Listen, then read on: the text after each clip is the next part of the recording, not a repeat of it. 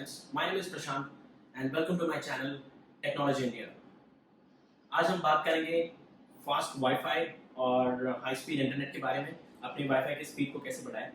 But yes, I am not going to talk about कि वो router के साथ कुछ टेक्निकली चेंज करके या फिर कुछ भी चेंजेस करके उसको कैसे करना है. उसका भी हमारे चैनल का मोटिव है टेक्नोलॉजी को सिंपल वे में कैसे यूज़ करें और टेक्नोलॉजी को प्रेजेंट करें प्योरेस्ट फॉर्म में. When I'm saying purest form में, बहुत सारे यूट्यूबर्स हैं यहाँ पे और इन आवर कंट्री और देश के बाहर भी, जो कुछ पेड प्रमोशन के लिए या फिर कंपनी के पेड प्रमोशन के लिए आपको किसी भी फ़ोन को बताता है कि बहुत ही बढ़िया फ़ोन है एंड एक्चुअली फ़ोन वैसे होता नहीं है. But so to break that we doing this.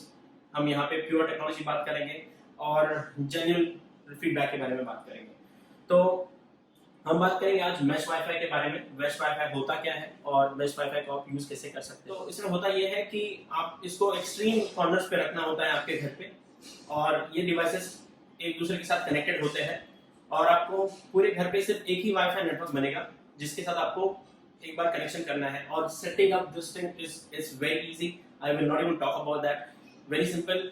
आप जैसे इसके ऐप डाउनलोड करते हो, आपको कॉन्फ़िगरेशन कैसे करना है, सेटअप नेक्स्ट करके आप इमीडिएटली इसको सेटअप कर सकते हो. I will not waste time in that.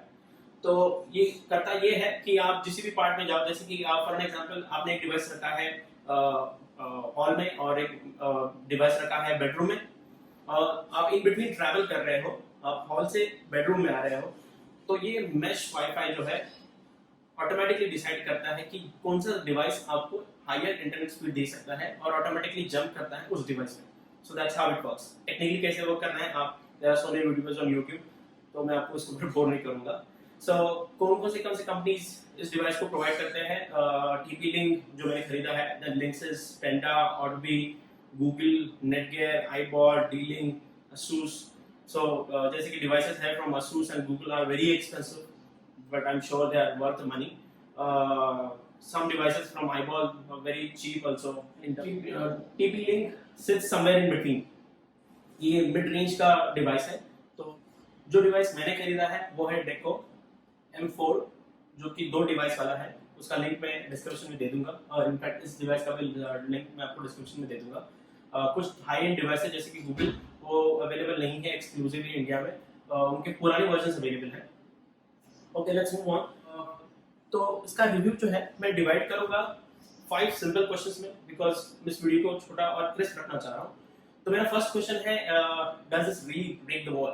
I mean not literally breaking the wall, कि ये वॉल के आर पार कनेक्शन देता है कि नहीं, because that's another problem which you face with normal wifi.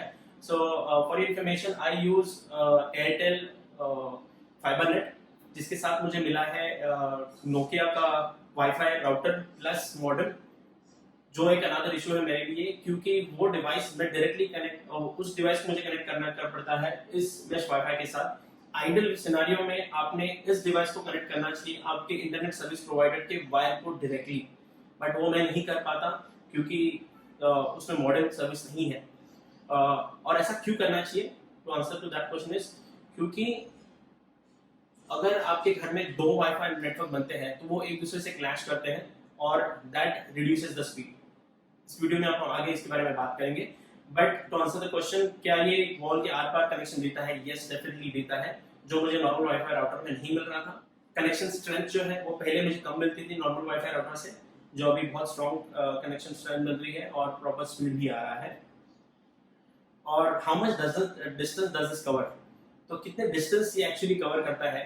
Definitely मैं ये आपको एग्जैक्ट डिस्टेंस तो नहीं बता पाऊंगा, because as I said before कि बहुत सारे फैक्टर्स मैटर करते हैं कि आप के इंटरनेट राउटर के बीच में और आपके डिवाइस जिसको आप यूज कर रहे हो उसके बीच में क्या क्या चीजें हैं, या फिर कुछ मूविंग ऑब्जेक्ट्स हैं, वो भी इसको अफेक्ट करती है. तो मैं डिस्टेंस के बारे में तो बात नहीं करूंगा, एग्जैक्ट डिस्टेंस के बारे में बात नहीं करूंगा, बट मैं आपको एक मोटा मोटा आइडिया दे देता हूँ कि कैसे होता है.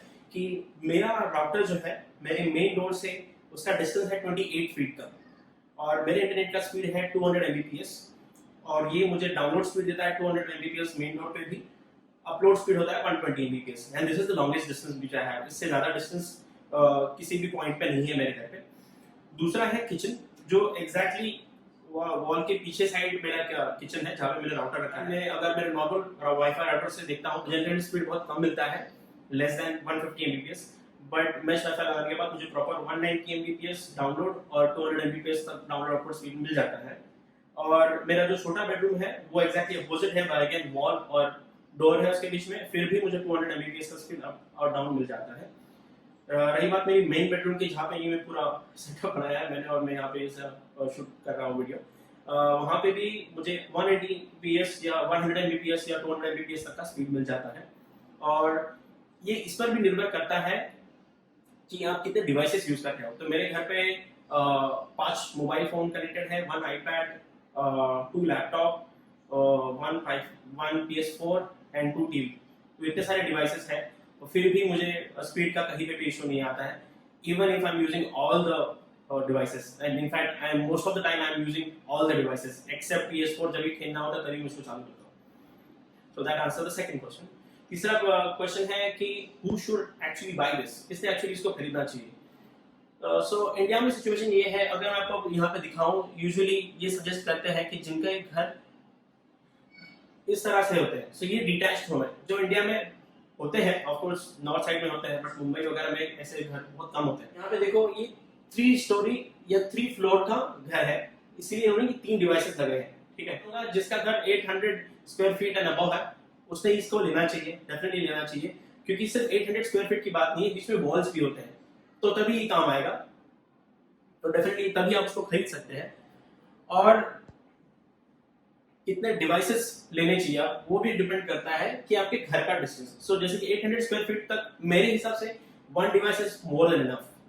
और अगर आपको डायरेक्टली इंटरनेट सर्विस प्रोवाइडर की वायर उसको कनेक्ट कर सकते हैं, तो nothing like it will give you amazing speed.